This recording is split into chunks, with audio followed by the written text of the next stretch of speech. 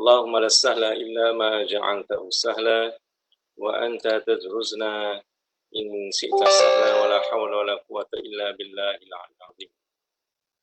Sekali lagi, Assalamualaikum warahmatullahi wabarakatuh. Dan saya harap tuan-tuan berada dalam keadaan yang sehat, walafiat. Kita meneruskan amanah tanggungjawab yang telah diberikan kepada kita sebagai mungkin ibu bapa, pekerja, dan pagi ini insya-Allah kita cuba mengisi kita punya keperluan rohani dengan bersama kita mengaji dan membaca Al-Quran dan seterusnya. Sedikit saya berkongsi dengan tuan-tuan perempuan tafsir yang kita akan sambung surah Al-Mulk. Okey, jadi pagi ni saya gunakan Webex, jadi macam belum matang sangat, macam tu cari-cari lagi. Okey, tak apa. Okey, jadi kalau tuan-tuan sudah bersedia, kita baca surah Al-Mulk. Surah Al-Mulk. Sekejap ya, saya cari tengok mana, saya tahu. Okey, baik. Okey, buka surah Al-Mulk. Ataupun saya kongsikan dengan tuan-tuan ini surah Al-Mulk lah.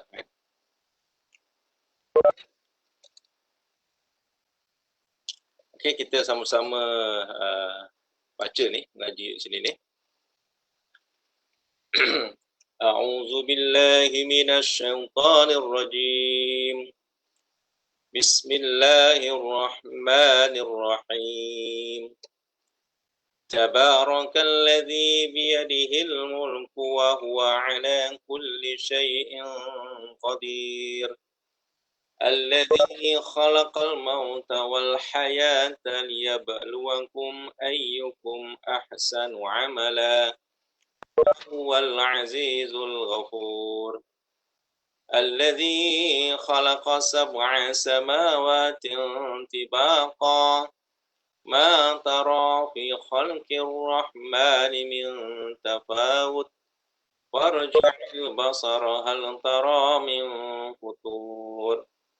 ثم ارجع البصر كرتين ينقلب إليك البصر خاسئا وهو حسير ولقد زينا السماء الدنيا بمصابيح وجعلناها رجوما للشياطين وأعتدنا لهم عذاب السعير وَلِلَّذِينَ كَفَرُوا بِرَبِّهِمْ عَذَابُ جَهَنَّمَ وَبِئْسَ الْمَصِيرُ إِذَا أُلْقُوا فِيهَا سَمِعُوا لَهَا شَهِيقًا وَهِيَ تَفُورُ تَكَادُ تَمَيَّزُ مِنَ الْغَيْظِ كُلَّمَا أُلْقِيَ فِيهَا فَوْجٌ سَأَلَهُمْ خَزَنَتُهَا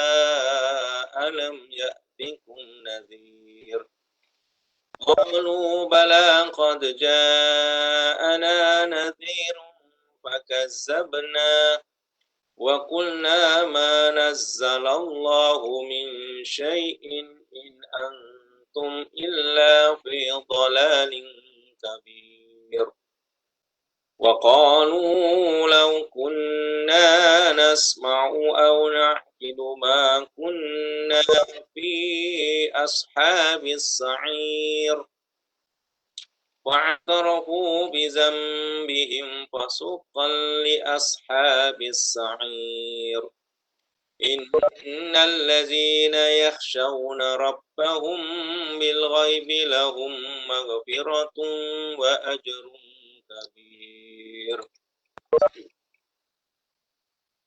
وأسروا قولكم أو اجهروا به إنه عليم بذات الصدور ألا يعلم من خلق وهو اللطيف الخبير هو الذي جعل لكم الأرض ذلولا فامشوا في مناكبها وكلوا من رزقه وإليه النشور أأمنتم من في السماء أن يخسف بكم الأرض فإذا هي تمور أم أمنتم من في السماء أن يرسل عليكم حاصبا وستعلمون كيف نذير ولقد كذب الذين من قبلهم فكيف كان نكير أولم يروا إلى الطير فوقهم صافات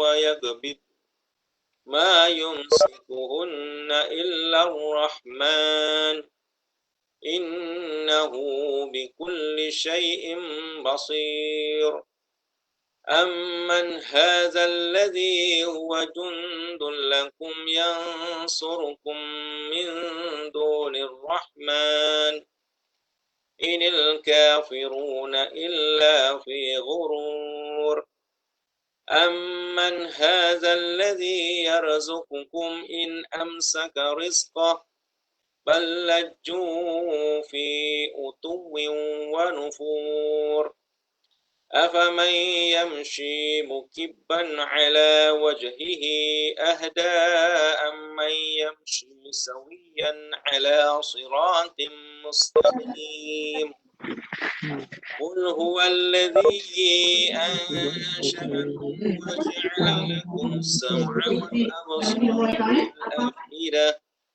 قليلا ما تشكرون قل هو الذي ذرأكم في الأرض وإليه تحشرون ويقولون متى هذا الوعد إن كنتم صادقين قل إنما العلم عند الله وإنما أنا نذير مبين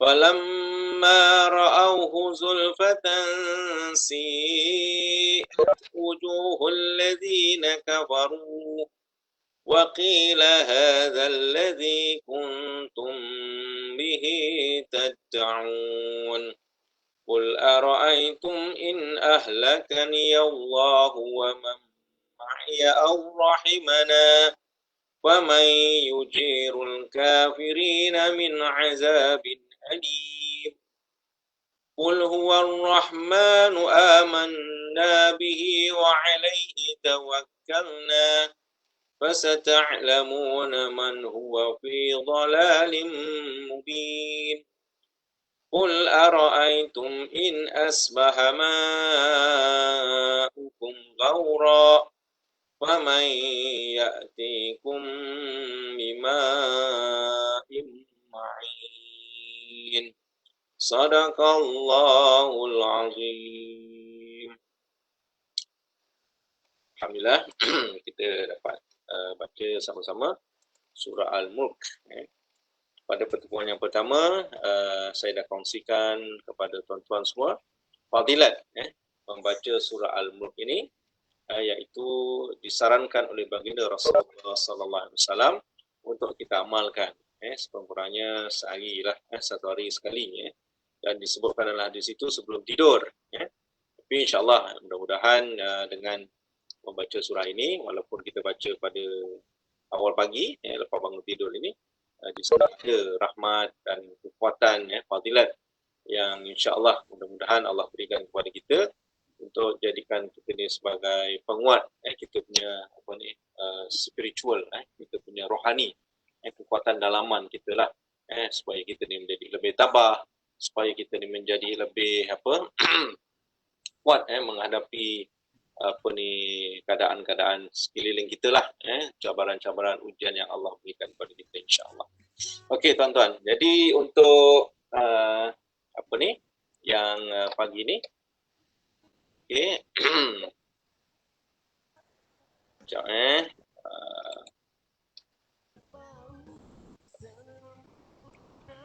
okey.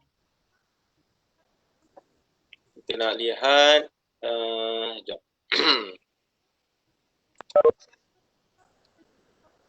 Okey, nak lihat. Okey, jap ya. Ini baru nak belajar ni tuan-tuan. Okey, baik. Saya dah terhilangkan pula. Okey, saya sharing boleh. Okey, saya nak tunjukkan tentang tentang sedikit tajwid lah untuk kita refresh. Untuk kita refresh balik tengok. Okey, sebelum ni saya ada sebutkan dengan tuan-tuan supaya kalau kita dapat cari Al-Quran yang bertanda tu kan, dia lebih lebih mudah untuk kita fahamlah ataupun tahu apa bacaan yang perlu kita lakukan ataupun yang perlu kita baca. Tapi kalau tak ada pun tak apa, cuma saya dapat ni online searchtruth.com ni, tuan-tuan boleh cari kat situ. Okey, kita dah lihat beberapa ayat terdahulu. Jadi saya tak silap saya, kita dah lihat ayat 1 sampai ayat ke-6. Jadi kita nak tengok ayat yang seterusnya lah. Ayat yang seterusnya ni, iaitu ayat yang ke-7, ke-8, ke-9 hingga ke ayat yang ke-12 ni. Okey. Jadi kalau kita tengok ni tandanya, dia ada tanda kan, ayat yang ke-7. Iza ulku sami'ulaha syahikum wahya tafur. Okey.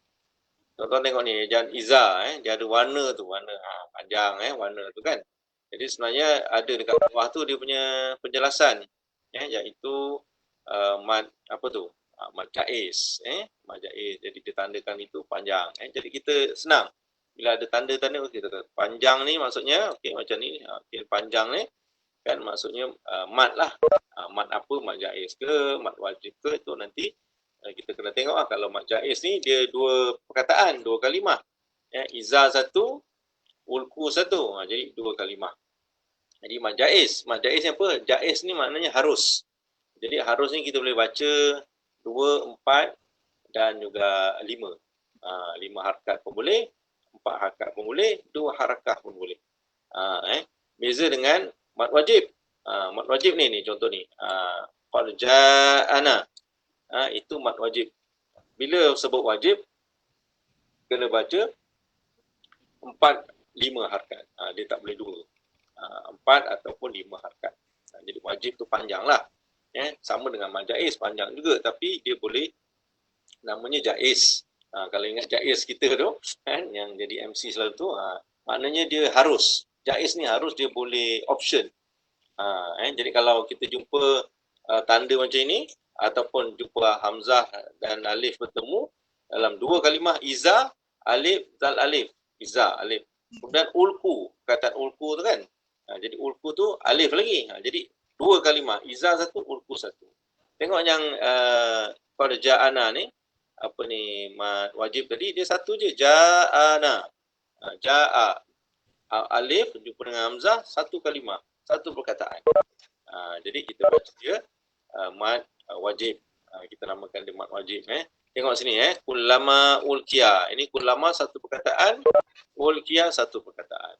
Ini pun sama. Khazanatuha alam. Khazanatuha satu perkataan, alam satu perkataan. Jadi dua perkataan. Ataupun kalau kita belajar dulu, ustazah kita cakap 2 kalimah. Kalimah tu perkataan lah. Okey, ini pun sama. Tengok ni. Fi ashabis sa'ir pun sama juga. 2 kalimah. Jadi dekat situ kita kena baca. Kita boleh baca 2, 4 dan juga 5. Okey, selain daripada tu, itu tadi yang tanda warna apa ni? Warna apa ni? Tuan-tuan nampak warna apa tu? Warna yang iza ni, warna purple ke? Purple kan? Okey, tengok lain, perkataan lain. Ulku, ini panjang lah. Ini mad asli biasa saja. Okey, kemudian ni syahiqan wa hiya tahur. Tengok ni, syahiqan wa hiya tahur. Jadi tengok, tuan-tuan tengok sini, syahiqan wa hiya. Jadi dia berwarna kan. Jadi berwarna tu ada hukum tertentu di situ lah. Dalam sini dia sebut ataupun dalam ayat ini ialah mad Allah SWT ikhfa, tanwin jumpa dengan waw. Idgham. Idgham. Syahiqan wa hiya tahur. Idgham ma'al gunnah. Ma'al gunnah maksudnya berdengung ataupun dengung apa idgham ni maksudnya dimasukkan. Syahiqan wa hiya. Jadi maknanya tanwin waw tadi kita masukkan syahiqan. Satu lagi tuan-tuan, kalau tuan-tuan boleh perhatikan di situ. Okey, tuan-tuan boleh perhatikan di situ, tuan-tuan tengok saya besarkan sikit dia punya apa ni gambar ni. Jangan besar. Okey, ni besar kot. Besar. Nampak tak besar tak besarlah kan. Okey ni. Tuan-tuan tengok syahiqan wa hiya tafur. Tengok dia punya tanwin dia ni. Tanwin dia tu kan tak selari. Betul tak? Tanwinnya tu kan tak selari. Bila tanwin tak selari ni maksudnya kena dengung. Ataupun ada hukum. Kena dengung lah. Mula cakap tu kena dengung. Dia ada tanwin yang selari. Mana tanwin selari sini Okey, tuan-tuan tengok sini. Tuan-tuan nampak tak yang saya bulatkan ni? Syai'in. Syai'in.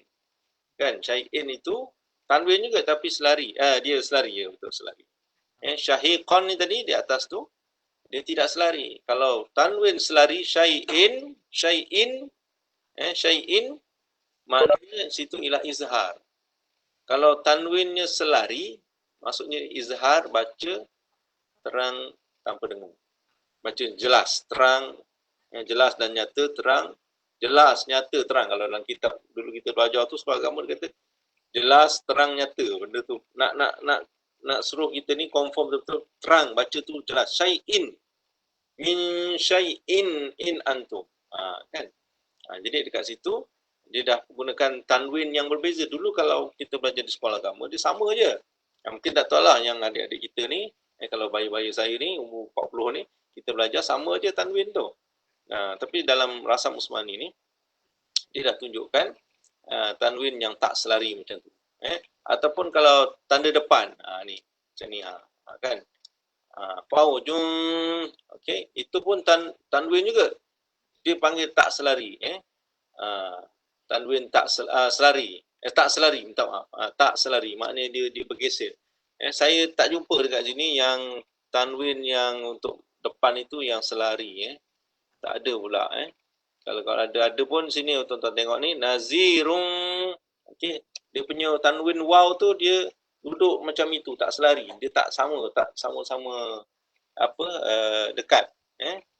Contoh yang tanwin bawah tadi lah, syai'in tu yang selari tu syai'in. Yang atas ni dekat ayat ni tak ada pula. Mungkin di ayat lain ada nanti. Saya tunjukkanlah kalau ada tempat lain. Okey, jadi maksudnya apa? Tanwin tak selari ni dia kena baca berdengung. Dengung tu mungkin dia ikhfa, mungkin dia idgham. Idgham ataupun ikhfa. Tengok huruf yang depan dia lah. Syahiqan wa hiya ini idgham ma'al gunnah. Kalau huruf tu mungkin ikhfa, apa contohnya nazirun fakazzabna itu ikhfa. Faujun sa'alahum ikhfa. Jadi dia tengok huruf yang depan tu. Tapi saya nak sebut di sini, tuan-tuan belajar hari ni ada dua jenis tanwin. Tanwin tu maknanya baris atas lah, tanwin atas ataupun depan ataupun belakang. Kalau tanwin itu tak selari, maknanya di situ kena ada baca dengung. Sama ada idgham ataupun ikhfa. Okey. Kalau dia selari, hukumnya ialah izhar.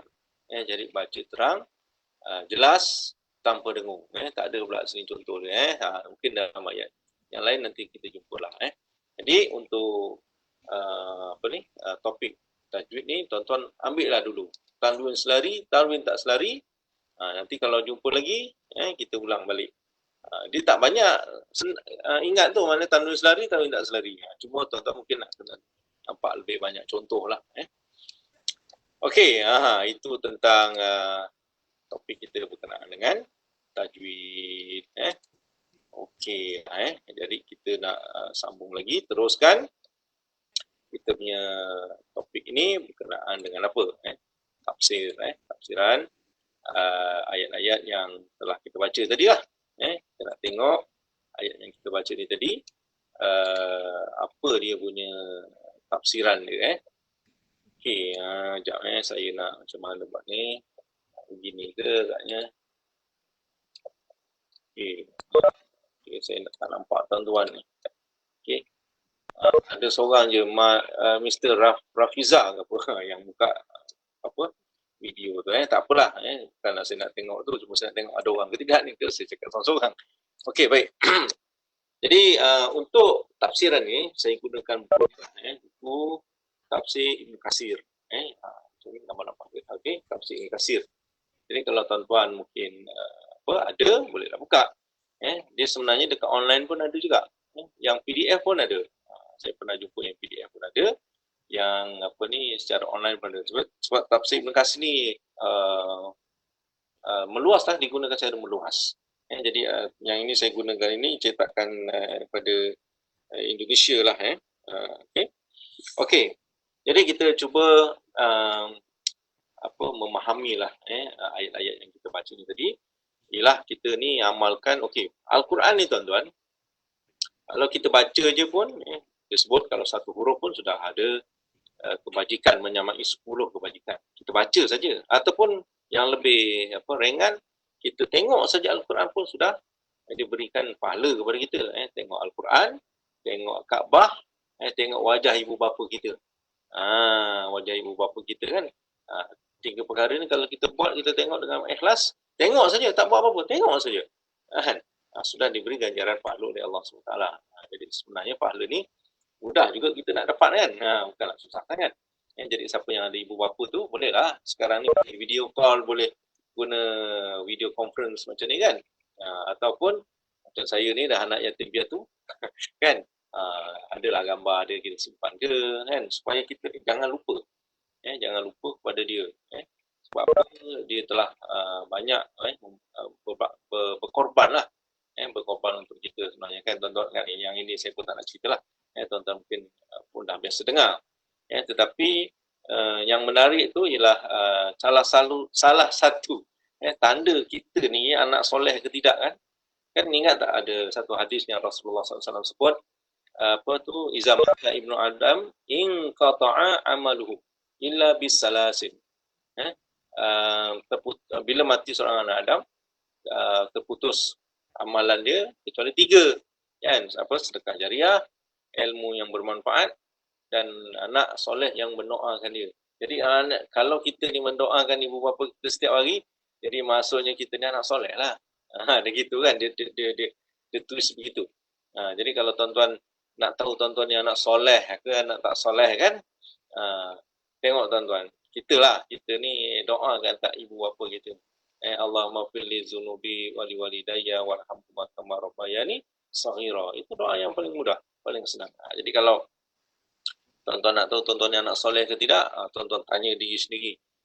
Saya ada doakan ibu bapa saya ke tidak. Ibu bapa kita doakan ni tak semestinya dia dah meninggal. Masa sihat ada kat rumah kat kampung tu, sama juga kita doakan dia. Allahumma firli zunubi untuk diri kita, wali walidayya, dan juga kedua ibu bapa kita. Okeylah, ini dah masuk cerita lain pula saya ni. Okey, jadi saya buka kitab ni lah untuk saya sampaikan kepada tuan-tuan. Tak silap saya kita berhenti pada ayat yang ke-5 tadi kan. Jadi pada pagi ni saya cuba bacakan tafsir ayat ke-6 dan seterusnya lah, tengok sampai pukul 9:30 nanti. Kita berhenti dekat mana? Kita berhenti kat situ lah. Berhenti dekat mana? 9:30 kita berhenti. Okey.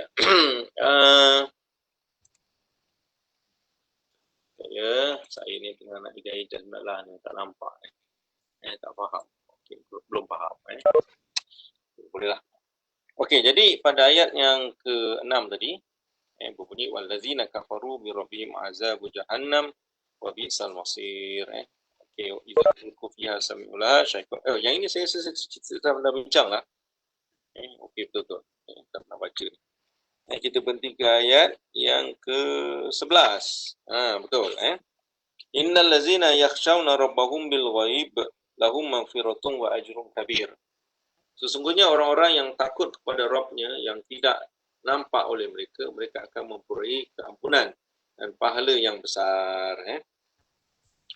Jadi Allah berfirman menceritakan tentang orang yang takut akan kedudukan, akan takut kepada Allah, kepada Rabb-nya, dan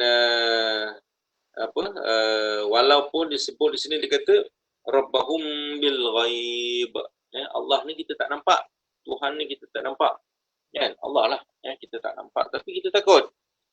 Jadi dekat sini dia kata sesungguhnya orang yang begini, orang yang takut kepada Tuhannya, walaupun tak nampak, bil ghaibi lahum, yang ada di antara kita, maksudnya Allah ni ada lah di mana-mana.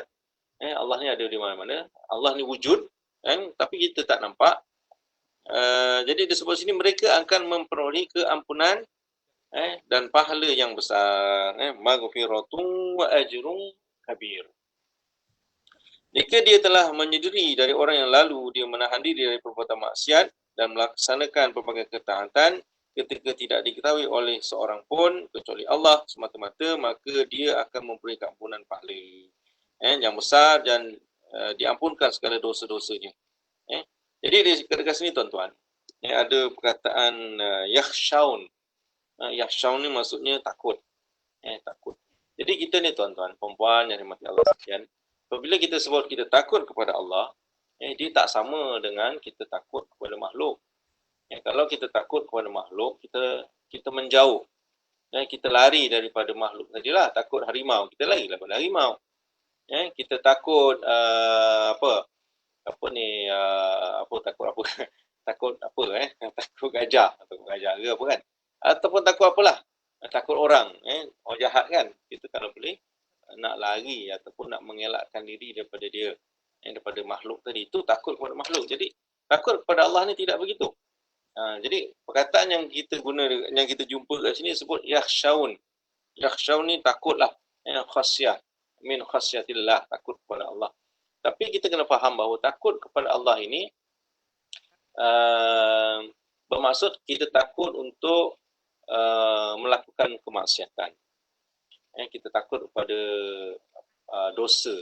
Kita takut kepada neraka. Yang menyebabkan kita semakin hampir kepada Allah. Tadi saya sebut, kita takut kepada makhluk, kita lari, kita menjauhkan diri daripada makhluk tadilah, harimau ke, singa ke, gajah ke apalah. Jadi kita takut, kita lari lah. Ataupun kita takut apa? Sekarang takut hantu contoh kan, hantu. Kita berselubung ke lah kalau orang takut hantu lah. Tapi tuan-tuan mana takut, hantu takut tuan-tuan kan. Okay.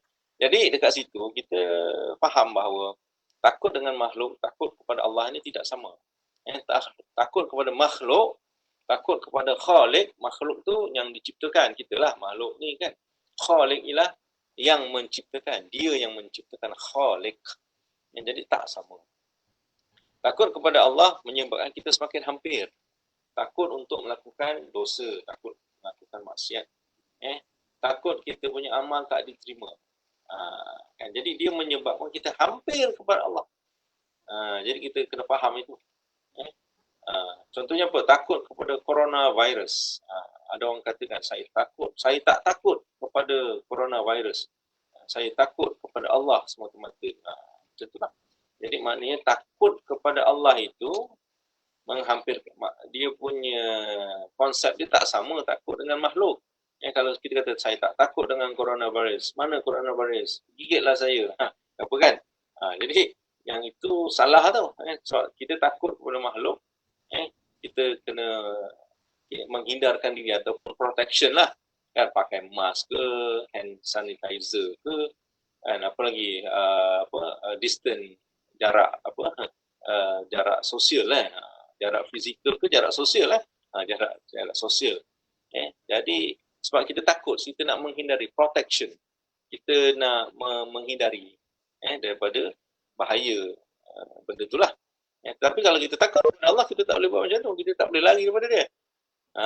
Kan? Tapi kita hampir kepada dia. Bertakwa, ittaqullah, bertakwa kepada Allah itu pun disebut sebagai takut kepada Allah. Jadi mana takut yang kita ni nak buat jahat ni, kita takut. Okey. Kemudian dia sebut sini apa lagi?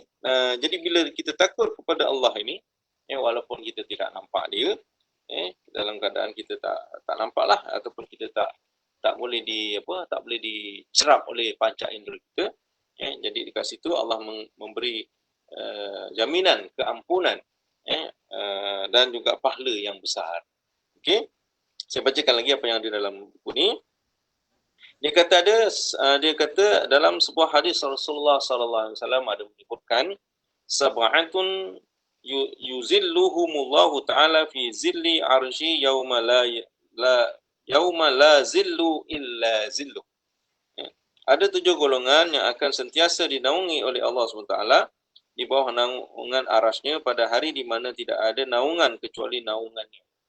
Maksud naungan ni apa? Syafaat, tak ada keampunan, tak ada tak ada recommendation, tak ada syafaat, kan? Tak ada tempat nak bernaung. Naung ni maksudnya apa? Tempat kita berpaut. Tak ada siapa nak kita harap. Maknanya ada 7 golongan yang disebutkan oleh Allah ini, dia akan mendapat perlindungan, naungan, dapat syafaat, dapat recommendation lah, di mana di hari tak ada naungan, iaitu hari kiamat lah.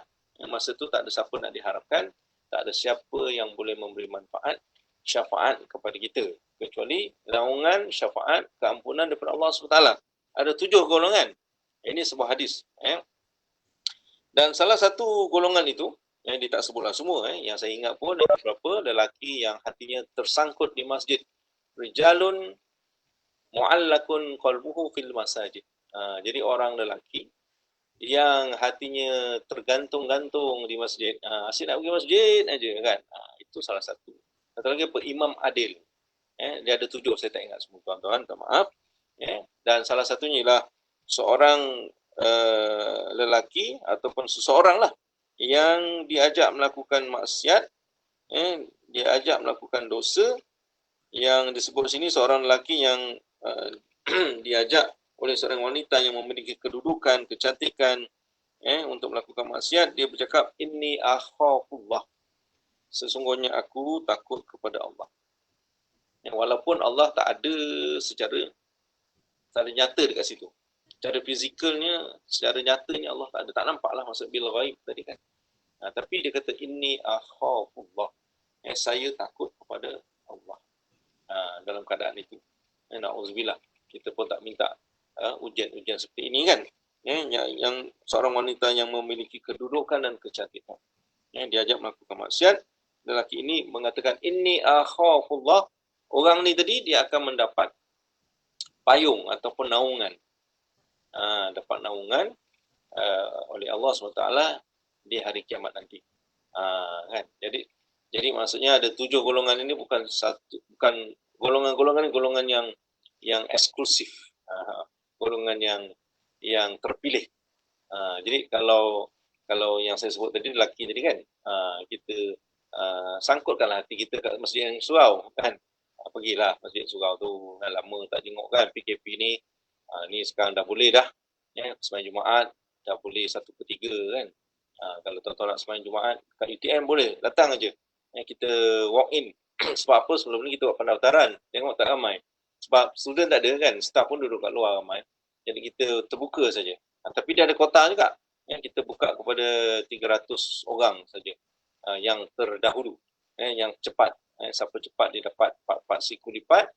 First come first serve. Siapa datang dulu, 300 yang pertama akan dibenarkan masuk untuk solat berjemaah dalam. Sebab kita tengah renovation masjid tu, kalau tuan-tuan tengok tengah renovation tu, tentang tu kan. Okay? Jadi kita gunakan space yang kat bawah aja. Ruang kat bawah tu sekitar 300 orang, datanglah, silakan. Tapi datang tu dalam pukul 12.30 lah. Untuk ambil, datang tuan-tuan pukul 12, Imam Bilal pun belum datang. Jadi kita buka pukul 12, tuan-tuan datang aja. Tapi terhad kepada 300 orang sahaja. Siapa datang cepat nak sembahyang Jumaat, datanglah. Ada kawan saya minggu lepas pukul 12 dia datang. Dia dah tunggu dah. Dia kata tak apa, aku dah lama tak pergi sembahyang Jumaat ni. Rindu sangat nak sembahyang Jumaat. Allahu Akbar, tuan-tuan. Dan kalau kita baca dekat apa ni, Facebook apa kan, ramai yang membuat iktibar, mengambil iktibar, membuat ibrah. Tengok nama tak naik, balik semula. Ini kat dunia kita boleh balik semula, kat akhirat besok kan tengok nama kat pintu syurga tak ada. Alamak, nama tak ada lah. Kena balik, nak balik mana? Masa tu dah tak ada. Jadi bagus juga ada perumpamaan ataupun tauladan ibrah tersebut tadi. Gitulah kita ni. Tengok nama tak ada. Sebab itu saya kata tadi, kan kita ni rajin-rajinlah pergi masjid supaya nama kita tu ada dekat situ. Bukan nama tu ditulis oleh Imam Bilal tu lah. Maksud imam malaikat yang menulis kebaikan kita ni tulis nama kita ni memang ahli masjid. Jadi termasuklah kita golongan yang salah satu 7 tadi. Rijalun mu'allakun qalbuhu fil masjid. Lelaki yang hatinya tergantung-gantung. Apa nak gimana bang? Masjid. Apa nak gimana bang? Masjid. Kan gitu, bagus tu. Apa nak gimana? Ngeteh. Boleh lah sekali ngeteh lah kan. Tapi ni yang saya masukkan tadi, masjid. Masjid pun bukannya selalu kena pergi 5 kali sehari semalam. Ataupun kita ni yang bekerja, ambillah kesempatan maghrib, isyak, subuh kan. Kalau boleh zuhur asar tu alhamdulillah. Okey, jadi nak sebut di sini tentang Allahumma samad, kita punya kelebihan orang yang takut kepada Allah walaupun Allah itu bil ghaib, dalam keadaan tak nampak, tak boleh dilihat. Okey. Kita sambung lagi. Selanjutnya Allah mengingatkan bahawa dia mengetahui yang tersembunyi dan yang dirahsiakan. Wa asiru qaulakum aw ijharu bihi innahu alimun bizatis sudur. Maknanya apa disebut di sini? Dosa yang dibuat tanpa pengetahuan orang ataupun pahala kebaikan yang kita buat tanpa pengetahuan orang. Allah ini bersifat latif. Innahu alimun bizatis sudur. Apa tadi? Sesungguhnya dia adalah mengetahui yang mengetahui rahsia yang ada fis sudur, dalam dada kita tu, dalam jantung kita lah. Niat kita tu Allah tahu apa niatnya. Kita di sini dia kata dia mengetahui wa asiru qaulakum aw ijharu bihi, dan rahsiakanlah perkataanmu dan atau lahirkanlah perkataanmu, sesungguhnya dia mengetahui segala isi hati. Bizatis sudur. Mana kalau kita lafazkan ke, kita ungkapkan ke, kita sebut ataupun kita tak sebut, kita diam-diam saja. Allah Maha mengetahui. Tak payah kita nak beritahu orang, aku buat kerja. Aku buat kerja. Tak payah. Allah tahu. Contohnya kan ada orang sibuk-sibuk tu kan dekat Facebook tadi, PKP tu, tolong sana tolong sini kan. Orang kata alah dia ni tak ikhlas lah. Mana kita tahu dia tak ikhlas, tuan-tuan? Kalau kita baca ayat ini, Allah kata boleh dizahirkan, wa asiru qaulakum, dirahsiakan, dan boleh juga awijharu bihi, boleh dipamerkan. Tapi ingatlah, pamer tu maksudnya bukan nak tunjuk-tunjuk, bukan nak show off, nak riak. Kan yang itu kita pun kena hati-hati juga. Tapi maknanya boleh amalan kebajikan yang kita buat ni boleh dibuat secara rahsia dan boleh juga diwar-warkan kepada orang atas niat untuk memberi tauladan. Contohnya lah kita tunjukkan tauladan yang baik kan. Bukan kita nak menunjuk-nunjuk.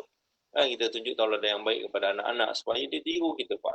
Kita ni mungkin ketua jabatan ke ataupun lah apalah ada jawatan ke apa kan, kita buat tunjukkan kebaikan itu bukan nak menunjuk-nunjuk, supaya dicontohi, tauladani. Ditauladani oleh orang lain. Jadi boleh.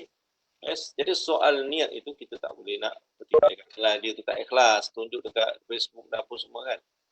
Jadi kita kena baca juga Al-Quran ni dan melihat dalam konteks yang lebih luas. Jangan kita tengok orang sibuk dekat Facebook, kita pun claim dia tu nak menunjuk lah, nanti dulu. Kita pun tak tahu niat dia. Mana kita? Allah hanya mengetahui niatnya. Kan? Dia dah mengetahui. Ala ya'lamu man khalaqa wa huwal latiful khabir. Dia ni lah yang maha halus, lagi mengetahui. Yang disebut sini.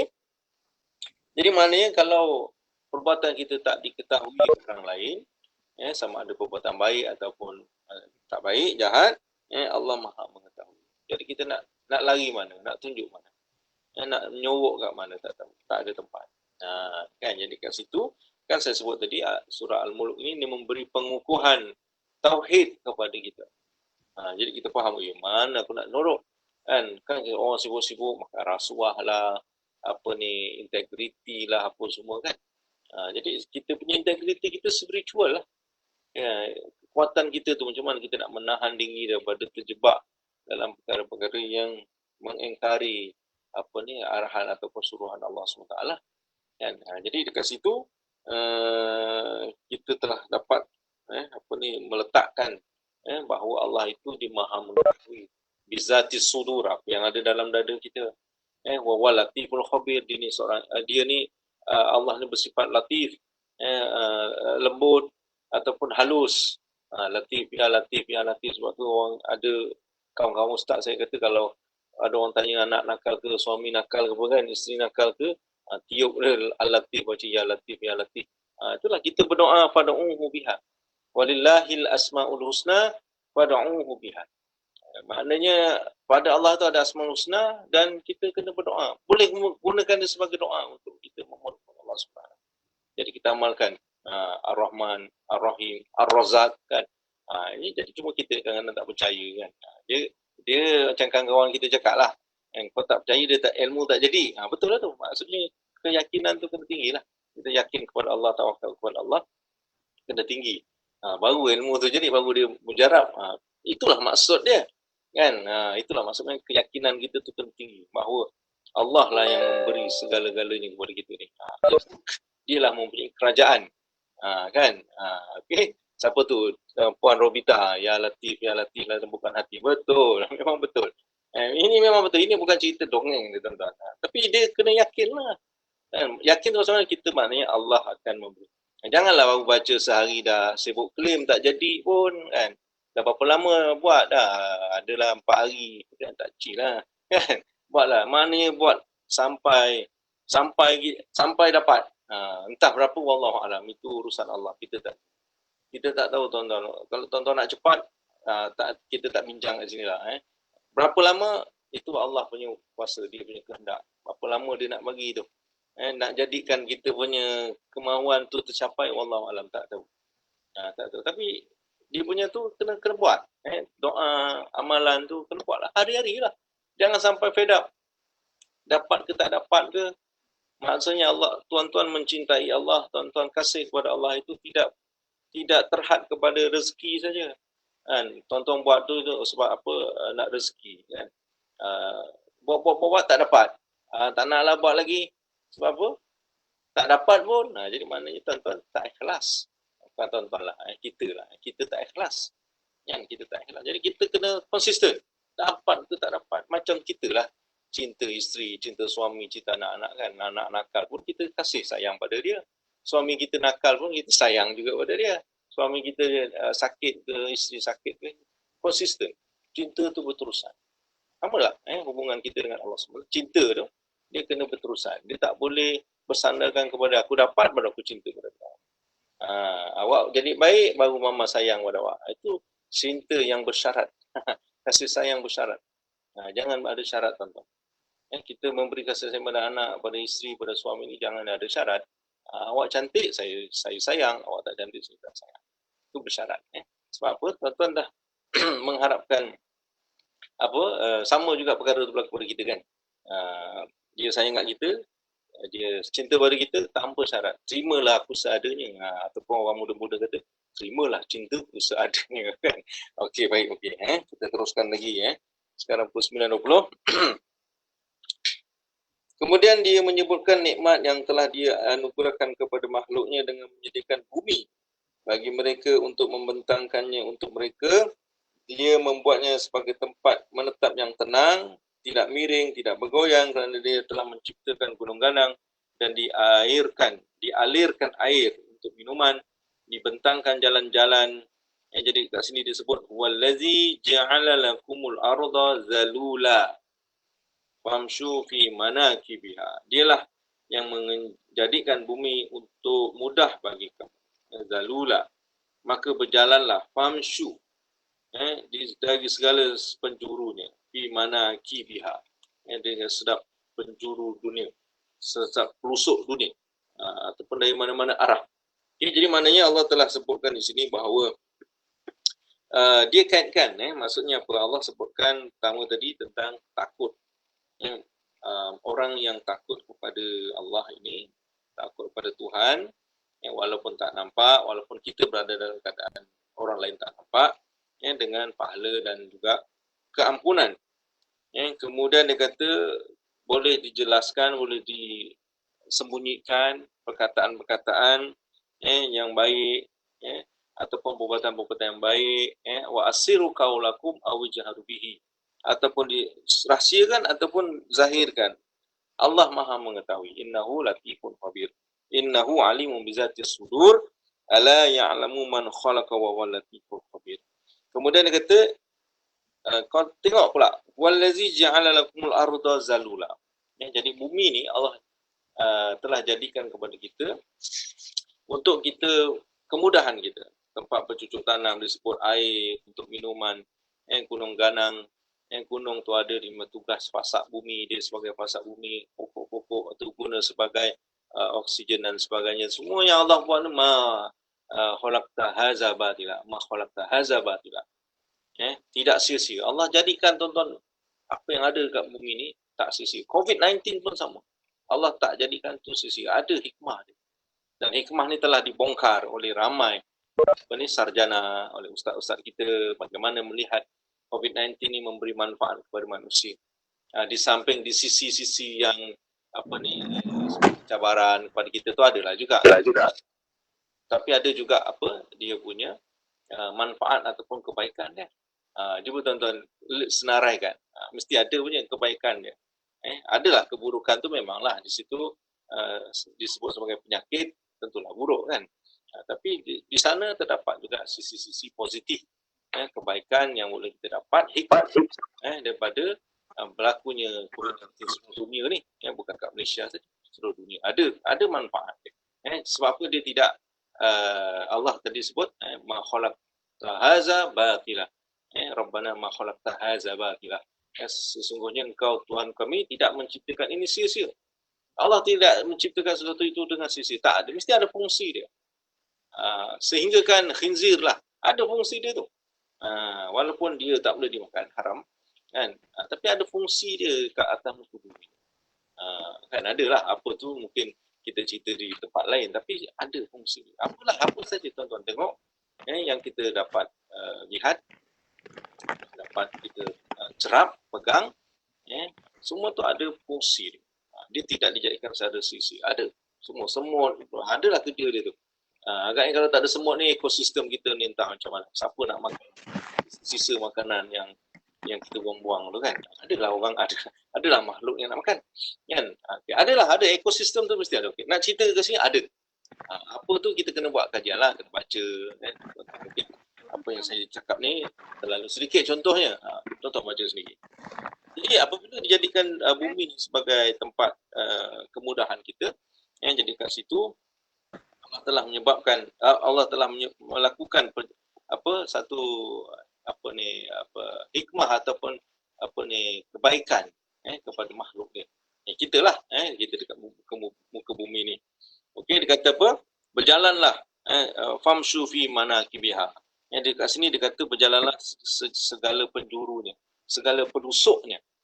Kalau kita baca manakibiha ni maksudnya bucu. Jadi kalau orang baca literal je secara zahir ayat, bumi ni ada bucu lah. Katanya bumi ni bukan bulat. Bumi ni emper ke, empat segi ke, ada bulat, ada bucu kan, ada bucu, ada penjuru kan. Jadi dekat situ kalau orang faham secara literal lah, secara zahir itu, bumi ni ada bucu lah.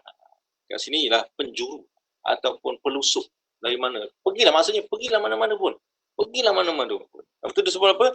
Famshu fi manakibiha. Pergilah ke mana-mana pun. Tengoklah apa yang ada kat muka bumi. Kemudian wakulu min rizqihi. Pergilah mana-mana, makanlah apa-apa yang boleh makan. Yang halal lah. Makanlah apa-apa daripada apa yang Allah sediakan di atas muka bumi ini. Wa ilaihin nusyur. Kan? Makanlah sebahagian daripada rezekinya. Dengan demikian usaha yang merupakan sarana sama sekali tidak bertentangan dengan tawakal, dan kepadanya lah wa ilaihin nusyur, kamu akan dibangkitkan. Yang dikata pergilah ke mana-mana, tengoklah apa yang ada di atas muka bumi ini untuk melakukan apa saja pekerjaan, perbuatan untuk rezeki, untuk apa kehidupan kita. Makanlah apa saja, wa kulu min rizqihi, makanlah kamu apa yang ada tu, kan. Tapi kena ingat wa ilaihin nusyur, kamu akan dibangkitkan. Kau boleh pergi ke mana-mana, kau boleh makan apa-apa, tapi kita kena ingat bahawa Allah akan bangkitkan kita untuk ditanya nusyur, kan, hari kebangkitan, hari kembali, hari hisab, yaumul hisab, yaumul fas disebut itu, kan, hari kebangkitan, hari perhitungan, hari judgment, pengadilan, the day of judgment, hari pengadilan.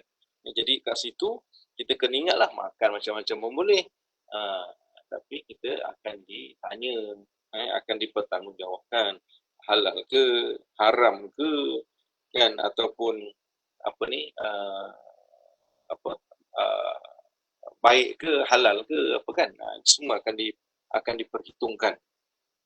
Jadi dalam tafsir ni ada satu perkara yang menarik juga di sini, di mana kibiha yang saya sebut tadi kan. Dia sebut sini bererti hujung. Itulah, ada hujung, ada penjuru, ada hujung dunia. Maksudnya dunia ni bukan bulat, ada hujung. Sebab tu saya kata kalau orang faham secara literal, kan, dunia ni lepek, apa dia kata kan, flat earth kan. Ada hujung, ada penjuru, ada hujung dunia. Ada hujung dunia. Ataupun dia sebut di sini ialah belahan. Maknanya belahan, rekahan.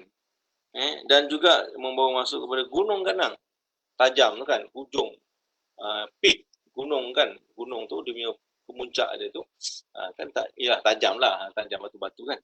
Itu pun fi manakibiha juga boleh disebut sebagai manakibiha, manakib. Jadi maksudnya kalau kita faham daripada ayat ini, dia kata jalanlah sampai mana hujung dunia ke, kalau adalah hujung dunia itu, penjuru ke mana-mana pelosok dunia, untuk kita lihat, saksikan kebesaran Allah SWT, untuk menambahkan iman kita, supaya menjadi kita ni bertambah, oh hebatlah Allah ni, cantiknya gunung itu, cantiknya gunung ini, cantiknya laut itu, cantiknya tasik ini, supaya kita reflect balik bahawa ini semua adalah kejadian ataupun penciptaan Allah SWT untuk kita hamba-hambanya gunakan untuk kita mendapat apa, kebaikan daripada apa yang telah diciptakan oleh Allah SWT.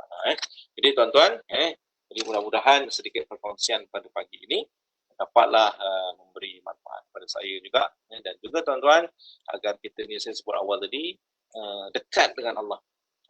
Kita takut kepada Allah ni menyebabkan kita semakin dekat, ataupun dalam bahasa Arab disebut takarub, takarub ilallah, semakin mendekat kepada Allah. Dia bukan menjauhkan kita kepada Allah.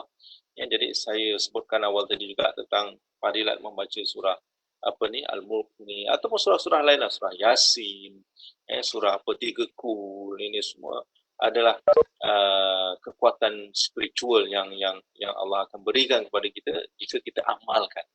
Dia kena amalkan, tuan-tuan. Dia tak boleh jadi satu hari tu kan kita terjadi. Tak jadi. Ilmu tak jadilah. Kalau cakap lawak-lawak ni, ilmunya tak jadi. Jadi dia kena amalkan, dia kena yakin bahawa Allah akan berikan petunjuk, hidayah, kekuatan kepada kita, insya-Allah. Jadi mudah-mudahan semua orang dapatlah manfaat sedikit ataupun banyak pun, sedikit ataupun banyak, dalam perkongsian saya pada pagi ini, insya-Allah. Kita akan bertemu di lain kesempatan.